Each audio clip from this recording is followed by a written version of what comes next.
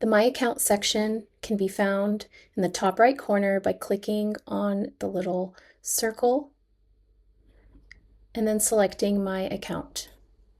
Here you can find a place to add your logo for your company.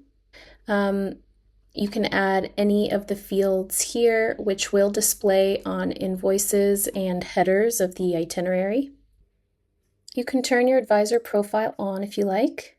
If you're going to be selling travel through your main account, you can turn on the advisor profile as well. And then you can set your commission splits here. Now, going down the list on the left-hand side, this is where you would change your email and password. This is how you can turn on your MFA using our app. The auto logout is pretty important. You can turn it off if you don't want to be automatically kicked off after 90 minutes. Most people are in a safe place, but if you want that extra security, you can also turn it on. This is where you'll find your subscription information. Here is where you can update your payment method. So you can add a new card, delete any existing card, and replace it by adding a new card here. Finding your payment history. And then users is where you can manage your company. So this is, this is going to be the top level of a host agency, for example. If you have an internal employee, you would just add them here, or whether you have an IC or even a sub-agency, you can add them from the users section. You can also go in and access any of your users to change their permissions or just modify their accounts. Teams is where you can set up a team. Let's say that you and a few advisors always want to see each other's trips and profiles. You can add each other to a team. That way you have that visibility for each other. Now, it's recommended that you only add one IC to one team, because if you start to cross different ICs, then you may be able to see other people's information. This is obviously for larger agencies, so keep that in mind. These are for commission reconciliation, payment schedules that you can manage. Next, we have our integration section. So if you're integrated with Stripe, or if you'd like to integrate with Stripe, you can find that here and connect with your Stripe account. Just follow those steps. If you have any questions, let us know. We will be integrating with a marketing program for TLN, or any other marketing programs that you have can be found here. If you are a Sabre user, you can integrate your Sabre account here by following the steps and providing us with those PCCs, and you can reach out to us individually. But this is where you would find your Sabre integrations, as well as any email integrations that we set up. Under the settings, you'll find email signature, so you can add one here, which will be shown on any correspondence to your clients. So any messages that you send your clients will automatically load your email signature that you have here. And you can turn those toggles on if you like. You can modify your sales targets and your reports.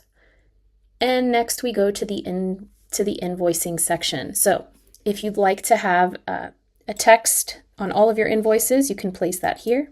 You can add an invoice logo. And if you have a credit card authorization form that you always use, that you've already created, you would want to put that URL here.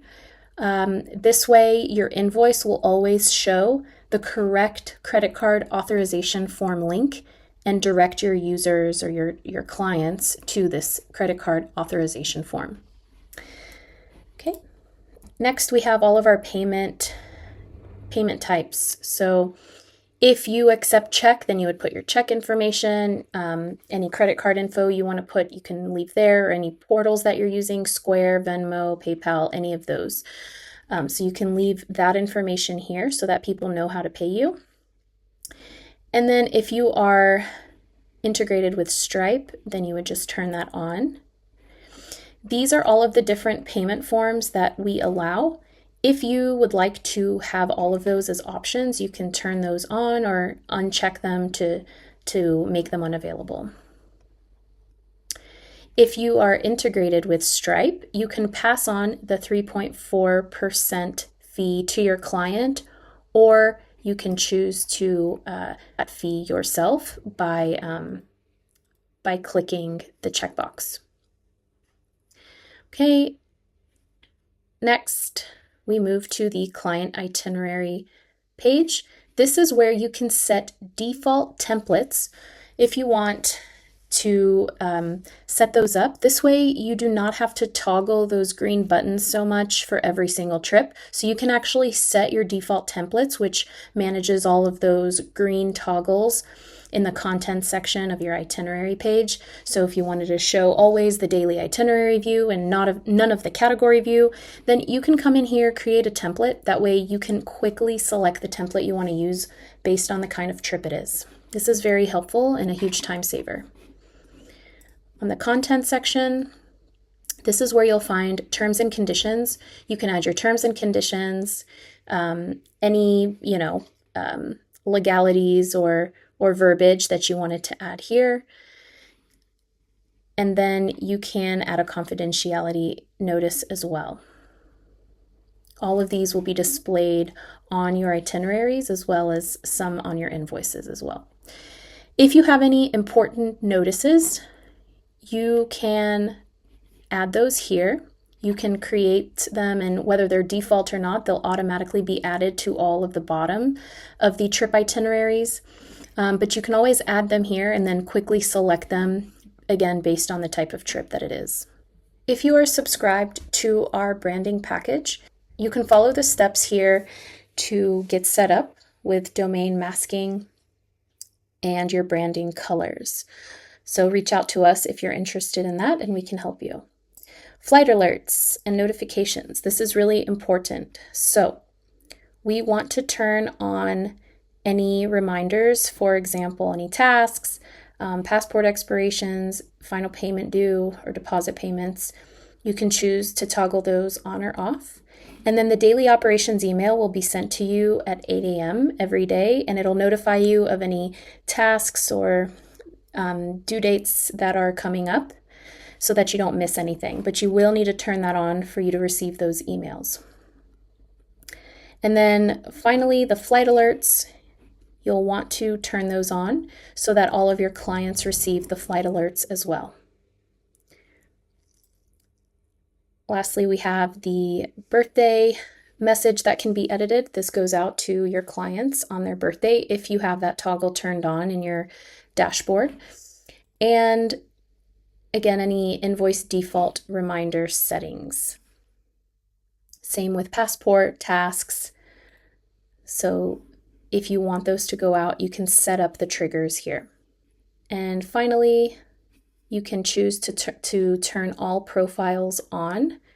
One more thing I want to mention is the profile picture, which is going to be the little circular image. This will show up in the app if your clients download the client-facing app.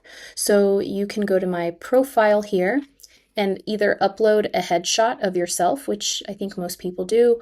And if you don't have a headshot, you can also just upload your logo for your company. This will work as well.